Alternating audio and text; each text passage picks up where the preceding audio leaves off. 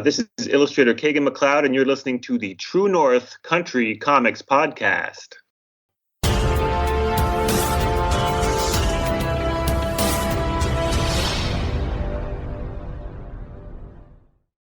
Welcome to the True North Country Comics Podcast, dedicated to promote Canadian comic book and graphic novel creators and supporters.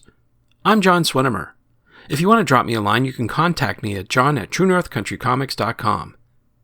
In celebration of the comic book creators exhibiting at Fan Expo Canada 2023, here's my chat with Kagan McLeod about his past, current, and future projects. Fan Expo Canada is the largest comic, sci-fi, horror, anime, and gaming event in Canada, and the third largest pop culture event in North America.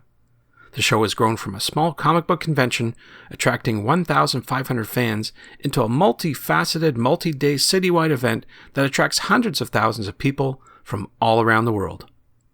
This podcast is available on Apple Podcasts, Google Podcasts, and YouTube. Please like and subscribe to that video channel. If you want to help the site and the podcast, please consider supporting the effort by chipping in at ko-fi.com/TrueNorthCountryComics. Your patronage is greatly appreciated. Kagan is an illustrator and comic book artist known for expressive brush drawing in ink, watercolor, and acrylic gouache. Kagan has had illustrations published in magazines including GQ, Cosmopolitan, Time, People, and Reader's Digest, as well as newspapers, the New York Times, the Wall Street Journal, the Washington Post, and the Los Angeles Times. In comics, he's known for his book Infinite Kung Fu and Chip Zdarsky's Captera. He's also worked on IDW's Cobra Kai comic.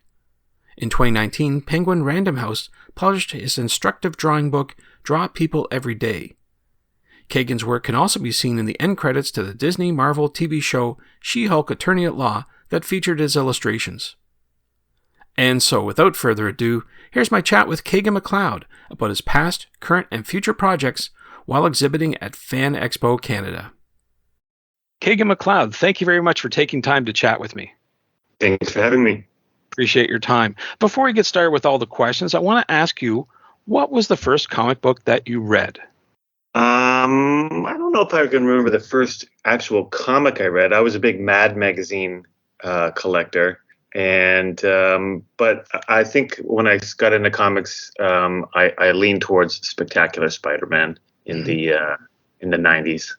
That's cool stuff. Yeah, Mad is often overlooked, but they're definitely a great source of not only humor but artwork as well. A lot of people dismiss it too easily. I think you can see a great influence when you look at my stuff from Mad, for sure. Absolutely. Good stuff. Well, those are definitely good inspirations growing up, but I'm wondering who or what inspires you to create today? Yeah, I'm spinning the whole of 1960s artwork for a long time. I've been, I'm an illustrator. I'm a fan of illustration, and I have two periods that I really like, the kind of Bob Peak, Bernie Fuchs 60s style. And I also really like the kind of early part of the century, 1920s, romantic adventure, magazine illustration style. Dean Cornwell and Leyendecker and that type of stuff. So that really is, stuff I'm collecting and seeking out. There's a lot of great artists today, that's for sure. I mean, you talked about some of the classical type of illustration, but today I guess there's a ton of new artists burgeoning on the scene as well, I guess. Absolutely, yeah. I love the stuff Daniel Warren Johnson's doing and Chad Moore and that kind of stuff is really cool. Yeah, it is cool. Good stuff. Well, we're here talking under the context of Fan Expo Canada taking place in August. I'm wondering, do you have any favorite memories from that particular convention or other recent conventions that you'd like to share?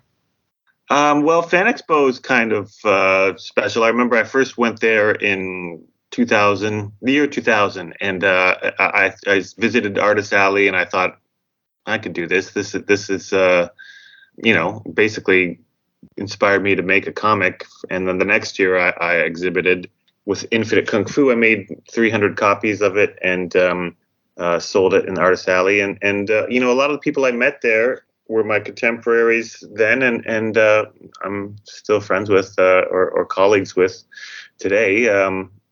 You just kind of you make friends, and you get to meet the crop of artists that are coming up at whatever time you get in, and it's good for making connections. Cool. Good stuff. Good stuff. Now, I remember you moderated a panel back in 2018 at Sheridan College with your fellow students, Jeff Lemire, Chip Zdarsky, and Ramon Perez. All four of you studied art at Sheridan. So looking back at your education there, I wanted to ask you, did it prepare you for your professional career? Yeah, I think it did. I always wanted to be an illustrator doing commercial illustration. I wouldn't say so much during the for comics, but I think that's changing now. They're encouraging that avenue as a career path at Sheridan. But a lot of artists will say you don't need to go to school. You certainly don't need a degree. Nobody's ever asked what my credentials are, but I thought it was very beneficial. It's hard to motivate yourself, to do the amount of work that you can do in a college program. And also the peers, the other students that you're working with and learning with and also competing with is a great motivator for, getting better and trying hard. So I wouldn't discount the experience at all. Right. Okay. Understood. Now, you recently published a book, an instructive drawing book called Draw People Every Day. And I'm sure it's chock-a-block with all sorts of insight based on your experience. But I'm wondering, do you have one tip, let's say, for artists when it comes to illustrating the human form? Yeah, interestingly, I met the publisher of that book at I think a San Diego comic convention, and it wasn't until years later that they asked me to pitch an instructional drawing book, and that's how that book came about. But yeah, so the book is Draw People Every Day, and it's kind of mainly about drawing the figure and drawing boldly and with I don't know, life and energy, because that's kind of what I hope to be my specialty. And I think to achieve that, I would say, drawing in ink is without sketching first is terrifying, but like it really helps you make decisions and draw deliberately. It takes a while to get used to, but there's no erasing, there's no kind of dipping your foot in. You just have to commit, and I think that really helps with line work, especially for comics. And just being bold. You can make bold drawings with a pencil once you're skilled enough, but there's always that aspect of being able to press really lightly and not commit. With ink, you have to live with what your marks you make, and sometimes it's terrible and sometimes it's amazing. Good advice, for sure. Now, you're probably so tired of answering this question, but I have to put it to you. So most people probably have seen your artwork on TV at the tail end of the Disney Plus show She-Hulk Attorney at Law. I'm not going to ask you all details about insights into the show, but I want to ask you, looking back at your work now, how do you feel about your contribution to that show? Oh, well, I'm happy with it. I think, I'm super lucky to get such a marquee showcase for an illustrator. There's so many more talented artists who worked on that show and projects like that in the effects and concept art area and everything like that are kind of part of a huge team.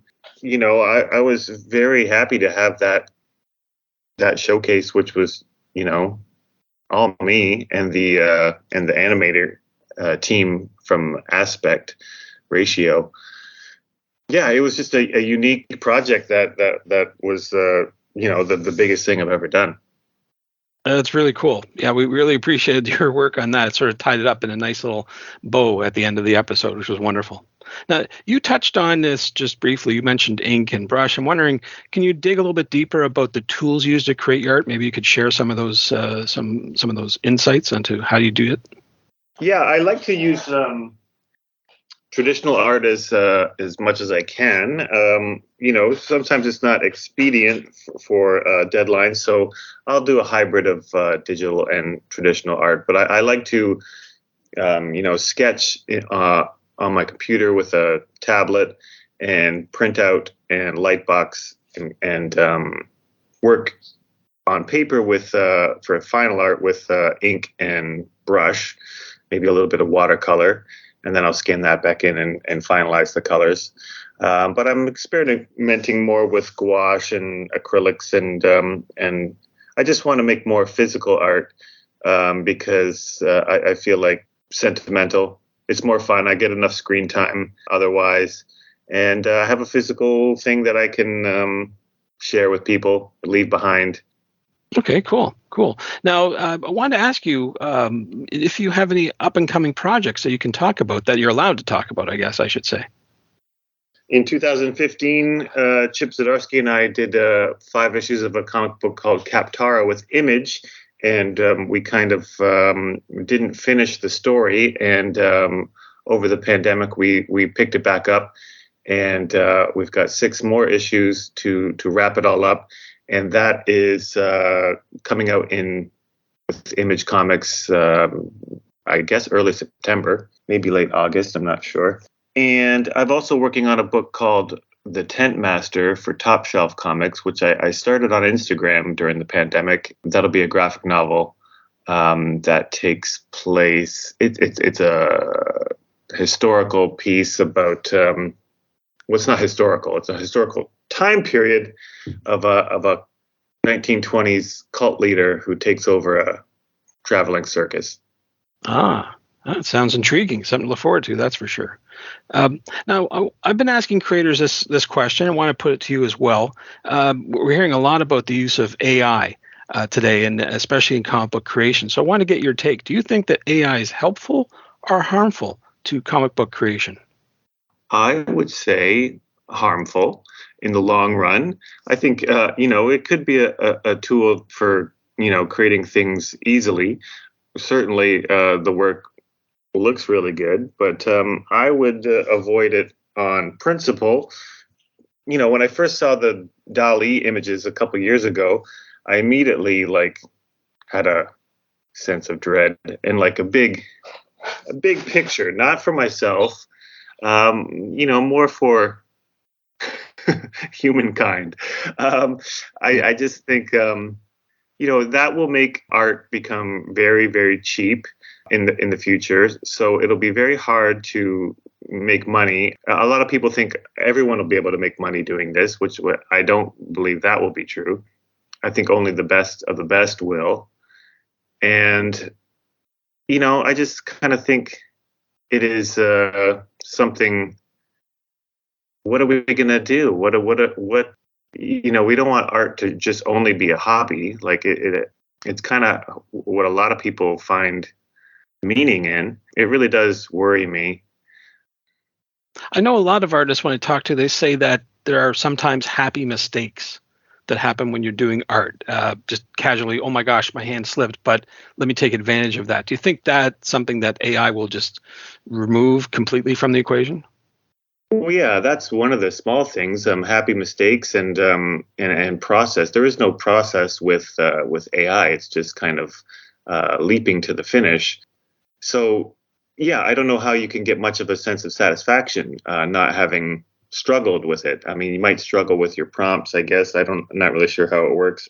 You can't have that sense of accomplishment going that route. Yeah, so many people thought that at the beginning that it's just another tool. It's like photography or something like that comes along and shake things up. But I feel like the scale is potentially so much larger, where you can create tens of thousands of images on a click. You can't compete with that output, and our internet feeds will just be clogged with that. I mean, not even to mention deep fakes and all that kind of stuff. You can't compete with that kind of output. So the idea of it just being a new tool to adapt to, I think, is crazy. So, Kagan, with all your projects that you have on the go and in the future, I'm wondering, is there a website where you recommend people go to find out about your work?